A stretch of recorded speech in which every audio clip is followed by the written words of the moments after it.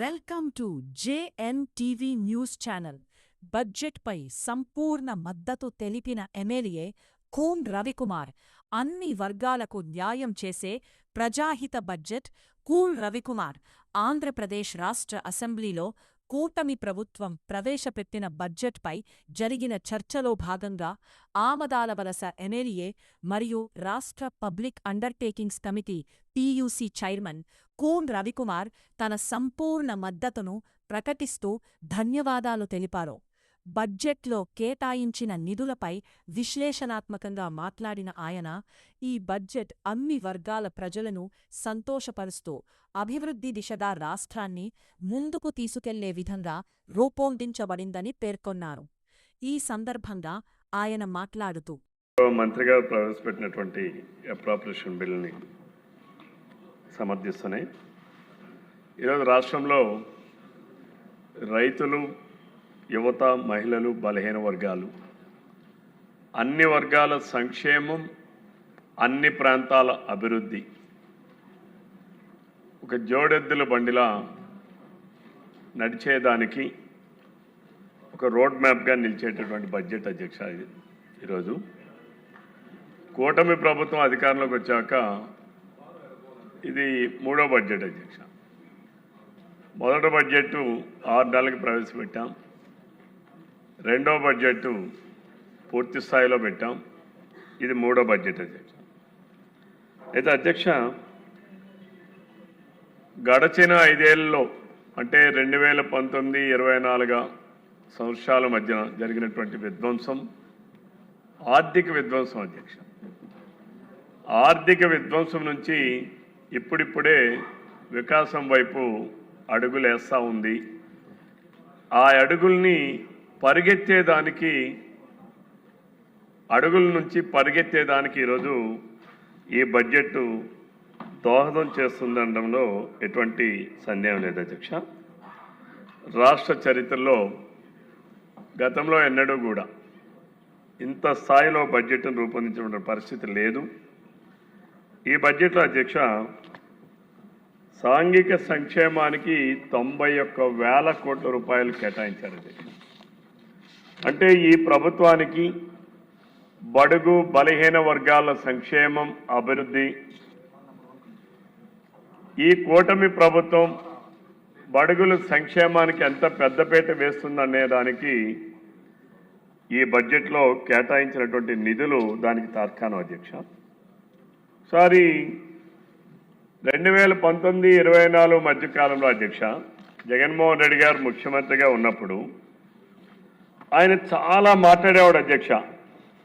ఇప్పుడు కూడా గౌరవ ఉప ముఖ్యమంత్రి గారు మాట్లాడారు అధ్యక్ష. వాళ్ళు చేయాల్సినటువంటి తప్పుడు పనులు అన్నీ చేస్తున్నాయి, తప్పుడు మాటలు మాట్లాడుతున్నాయి, కులాల వెనక మతాల వెనక దాగుండాలనేటటువంటి ప్రయత్నాన్ని ప్రతి ఒక్కరూ మాట్లాడాలి అని చెప్పారు అధ్యక్ష. ఇది వాస్తవం అధ్యక్ష.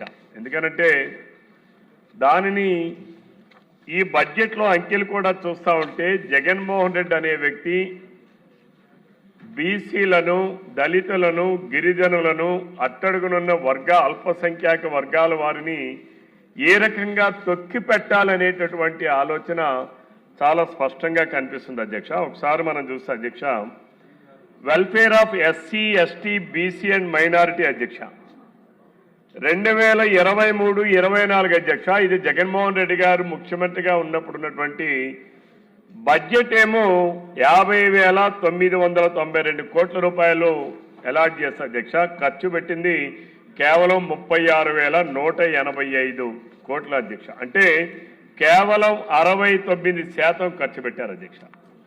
అదే ఈనాడు కూటమి ప్రభుత్వం అధికారంలోకి వచ్చాక అధ్యక్ష పూర్తి స్థాయి బడ్జెట్ 2025-26లో ప్రవేశపెట్టింది చూస్తే అధ్యక్ష 52,047 కోట్ల రూపాయలు కేటాయిస్తే 41,705 అంటే 73% బడ్జెట్ని కేటాయింపుల్ని ఖర్చుల్ని చూస్తే అధ్యక్ష 73% బడుగుల కోసం, బలహీన వర్గాల వారి కోసం, దళితుల కోసం, గిరిజనుల కోసం, అల్పసంఖ్యాక వర్గాల వారి కోసం చేసినటువంటి ఖర్చు అధ్యక్ష.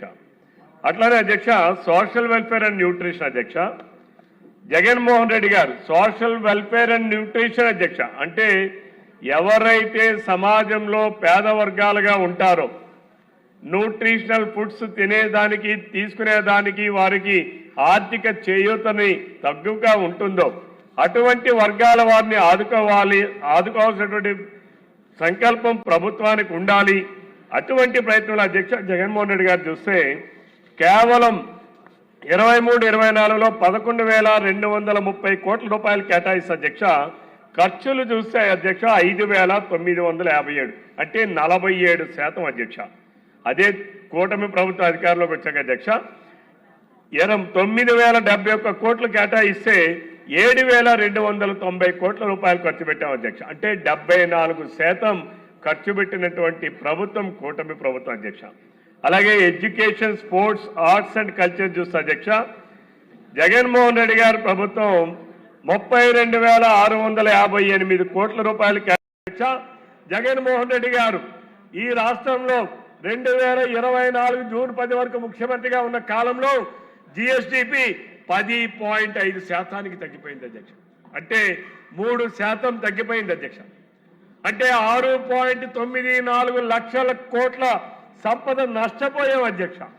జగన్మోహన్ రెడ్డి గారి అవినీతి పరిపాలన వలన, జగన్మోహన్ రెడ్డి గారి చేతకాని పరిపాలన వలన, జగన్మోహన్ రెడ్డి గారి విధ్వంస పరిపాలన వలన రాష్ట్రానికి వచ్చేటటువంటి సంపదని సుమారు 7 లక్షల కోట్ల రూపాయలు సంపదను నష్టపోయాం అధ్యక్ష.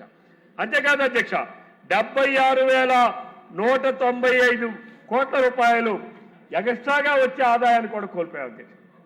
కేంద్ర ప్రాయోజిత కార్యక్రమాలు ఇందాక గౌరవ సభ్యులు చెప్పారు, 93 కేంద్ర ప్రాయోజిత కార్యక్రమాలకి అంటే కేంద్రం నిధులు ఇస్తామన్నా వాటికి రాష్ట్రానికి నిధులు జోడించలేక, రాష్ట్రం పెట్టేటటువంటి పరిస్థితులు లేక సంపద అంతా కూడా జగన్మోహన్ రెడ్డి గారు అవినీతికి ఖర్చు పెడితే ఆనాడు సంపదను సృష్టించలేక ఆ రోజు 87 కేంద్ర ప్రాయోజిత కార్యక్రమాల నిధులు కూడా వినియోగించుకోలేనటువంటి పరిస్థితి అధ్యక్ష. ఒక్కసారి అంటే ఇది తద్వారా ఈ సభ ద్వారా రాష్ట్ర ప్రధానికానికి తెలియజేయాలని చెప్పి తెలియజేస్తున్నాను అధ్యక్ష. అంతేకాకుండా అధ్యక్ష తలసరి ఆదాయం జగన్మోహన్ రెడ్డి గారు ముఖ్యమంత్రిగా ఉన్న నాటికి 1,44,000 ఉంటే అధ్యక్ష ఈరోజు తలసరి ఆదాయం 2,94,000కి ఈరోజు తలసరి ఆదాయం వెళ్ళింది అధ్యక్ష. అంటే ఈరోజు అన్ని రంగాల్లో కూడా అభివృద్ధిని సాధించాం. వ్యవసాయ రంగం ఈరోజు సూపర్ 6 హామీలు అమలు చేస్తున్నాయి.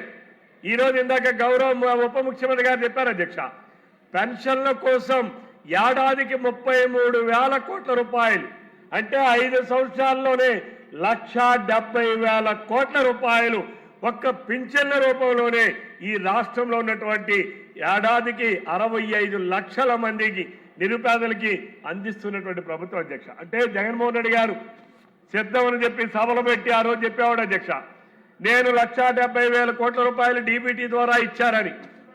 అన్ని పథకాలు కలిపితే నువ్వు ఇచ్చావు. ఆ రోజు ఆ ప్రభుత్వం అన్ని పథకాలు కలిపి 1,70,000 కోట్లు ఇచ్చారు. ఈ రోజు ఈ కూటమి ప్రభుత్వం చంద్రబాబు నాయుడు గారి నాయకత్వంలో కలిగిన ప్రభుత్వం ఈ రోజు ఒకే ఒక్క పింఛన్లలోనే 1,70,000 కోట్ల రూపాయలు పేద ప్రజానీకానికి అందిస్తున్నటువంటి ప్రభుత్వం ఈ కూటమి ప్రభుత్వం అని చెప్పి ఈ సందర్భంగా తెలియజేస్తున్నాను అధ్యక్ష. అంతేకాకుండా అధ్యక్ష ఈరోజు సూపర్ 6లో కూడా అన్ని వర్గాల వారిని ఆ రోజు జగన్మోహన్ రెడ్డి ఆటో డ్రైవర్లకు ఇచ్చాడు. ఆటో అన్నా నీకు 10,000 అన్నాడు. ఈరోజు ఈ ప్రభుత్వం 20,000 ఇస్తున్నాం అధ్యక్ష. అలాగే ఎవరైతే మత్స్యకారులు 3 నెలల పాటు వాళ్ళకి వేటకి వెళ్లేదానికి నిషిద్ధమైనటువంటి సమయంలో ఆ సమయంలో అధ్యక్ష ఈరోజు ప్రతి ఒక్క కుటుంబం 1,20,000 కుటుంబాలు అధ్యక్ష. ఆ రోజు జగన్మోహన్ రెడ్డి గారు కేవలం 80,000 కుటుంబాలకి ఆ రోజు ఆదుకుంటే 10,000 రూపాయలు ఇస్తే ఈ రోజు 1,20,000 కుటుంబాలకి 20,000 ఇచ్చి ఆదుకుంటున్నటువంటి ప్రభుత్వం అధ్యక్ష. అలాగే ఈనాడు ఎవరైతే నాయి బ్రాహ్మణులు ఉన్నారో వాళ్ళకి కరెంటు 200 యూనిట్ల వరకు ఉచితంగా ఇచ్చారు అధ్యక్ష. అలాగే చేనేత వర్గాల వారికి ఉచితంగా ఇచ్చారు అధ్యక్ష. అలానే దోబీలకు ఉచితంగా ఇచ్చారు అధ్యక్ష. ఆక్వా రంగానికి కూడా ₹50 ఈరోజు ఉచితంగా ₹50 యూనిట్ ధరకి ఈరోజు అందిస్తున్నటువంటి పరిస్థితి అధ్యక్ష. అది మీ ప్రాంతంలో చాలా ఎక్కువగా దానివల్ల లబ్ధి పొందేటటువంటి పరిస్థితి ఉంది అధ్యక్ష. అంతేకాదు అధ్యక్ష, ఈరోజు ఉద్యోగస్తులు చూస్తే అధ్యక్ష, ఆనాడు జీతం ఎప్పుడు వస్తుందో తెలియదు అధ్యక్ష. పాపం ఎంతో మంది ఉద్యోగస్తులు ఈ రాష్ట్రంలో డిఫాల్టర్స్ అయిపోయారు అధ్యక్ష. బ్యాంకుల్లో వాళ్ళ సిబిల్ స్కోర్ అంతా పడిపోయింది అధ్యక్ష. ఎందుకంటే ఏ రోజు జీతం వస్తుందో తెలియదు, 9వ తారీఖున వస్తుందో తెలియదు, 20వ తారీఖున వస్తుందో తెలియదు. కానీ ఈరోజు జగన్మోహన్ రెడ్డి గారు చేసినటువంటి దాష్టికం నుంచి ఈరోజు చంద్రబాబు నాయుడు గారి నాయకత్వంలో ప్రతి నెల 1వ తారీఖు నాడే ఉద్యోగస్తులకు జీతాలు ఇచ్చి ఈరోజు బ్యాంకుల్లో వాళ్ళు తీసుకున్నటువంటి రుణ పరపతిని పెంచి రుణ విముక్తులు చేసినటువంటి వ్యక్తి ప్రభుత్వం ఈనాడు ఈ కూటమి ప్రభుత్వం అని చెప్పి ఈ సందర్భంగా తెలియజేస్తున్నాను అధ్యక్ష. ఈరోజు ఈ బడ్జెట్లో అధ్యక్ష రూపొందించినటువంటిది రేపు 2029 నాటికి 5 లక్షల రూపాయలు పెర్ క్యాపిటల్ ఇన్కమ్ రావాలని, రేపు విజన్ 2047కి ఈ బడ్జెట్ ఇప్పుడిప్పుడే అడుగులు వేస్తూ రాబోయే రోజుల్లో 2047 నాటికి 55 లక్షల తలసరి ఆదాయం రావాలంటే ఈరోజు ఈ బడ్జెట్లో రూపకల్పన చేసినటువంటి విధానం మరి ముందుకు నడిపిస్తుందని చెప్పి ఈ సందర్భంగా తెలియజేస్తూ మరి ఈరోజు అధ్యక్ష లాస్ట్ అధ్యక్ష, అందుకనే ముఖ్యమంత్రి గారు పదే పదే చెప్తా ఉన్నారు అధ్యక్ష, స్వర్ణాంధ్ర విజన్ 2047 మనం సాధించాలంటే వాటికి 10 సూత్రాలు ఒక ప్రామాణికంగా పెట్టుకొని ఈనాడు ఈ కూటమి ప్రభుత్వం పాలన అందిస్తా ఉంది అధ్యక్ష. అది 1 పేదరికం లేని సమాజం, 2 ఉద్యోగ ఉపాధి కల్పన, 3 నైపుణ్యం మానవ వనరుల అభివృద్ధి, 4 నీటి భద్రత, 5 ఫార్మర్ అగ్రిటెక్, 6 ప్రపంచ స్థాయి మౌలిక వసతులు, 7 ఇంధన వనరుల సమర్థ వినియోగం, 8 నాణ్యమైన ఉత్పత్తులు, 9 స్వచ్ఛాంధ్ర, 10 డీప్ టెక్. ఈ 10 సూత్రాలని ప్రామాణికంగా చూసుకొని ఒక విజనరీ లీడర్ ఇచ్చినటువంటి విజన్ అధ్యక్ష 2047 నాటికి భారతదేశంలోనే ఆంధ్రప్రదేశ్ రాష్ట్రం నెంబర్ 1గా ఉండాలంటే దానికి అనుగుణంగానే ఈనాడు ఈ బడ్జెట్ ని రూపొందించి ఈరోజు ఈ రాష్ట్రంలో ఉన్నటువంటి అన్ని వర్గాల సంక్షేమానికి, అన్ని ప్రాంతాల అభివృద్ధికి మరి ఈ బడ్జెట్ దోహదపడుతుందని దాన్ని రూపొందించినటువంటి మా ఆర్థిక మంత్రి పయ్యావుల కేశవ్ గారికి మరొకసారి ధన్యవాదాలు తెలియజేస్తూ మా ముఖ్యమంత్రి గారు, అలాగే మా ఉప ముఖ్యమంత్రి గారు పవన్ కళ్యాణ్ గారికి, మా యువ నాయకుడు నిరుద్యోగులకి ఉద్యోగాలు కల్పన చేసేటటువంటి మా యువ నాయకుడు లోకేష్ బాబు గారికి ముగ్గురికి ధన్యవాదాలు తెలియజేస్తూ బ్రహ్మ విష్ణు మహేశ్వర్ లాగా ఈ రాష్ట్రంలో మరి సృష్టిస్తున్నటువంటి సంపదను సృష్టిస్తున్నటువంటి బ్రహ్మ చంద్రబాబు నాయుడు గారు అయితే అందరికీ అభయాలు ఇచ్చేటటువంటి బాలాశంకరుడు లాంటి పవన్ కళ్యాణ్ గారు అయితే ఈనాడు ధర్మ సంస్థాపనార్థాయ సంభవాం యుగే యుగే అన్నట్టుగా మా శ్రీ విష్ణుమూర్తి లాంటి మా లోకేష్ బాబు గారు ఈ రాష్ట్రాన్ని మరి బ్రహ్మ విష్ణు మహేశ్వర్ లాగా ముందుకు నడిపించాలని కోరుకుంటూ నాకింత చక్కనైన అవకాశం ఇచ్చిన బెల్లు కొట్టకుండా నేను ముగించేంత వరకు అవకాశం ఇచ్చిన మా స్పీకర్ గారికి ధన్యవాదాలు తెలియజేస్తూ సెలవు తీసుకుంటున్నాను అధ్యక్ష.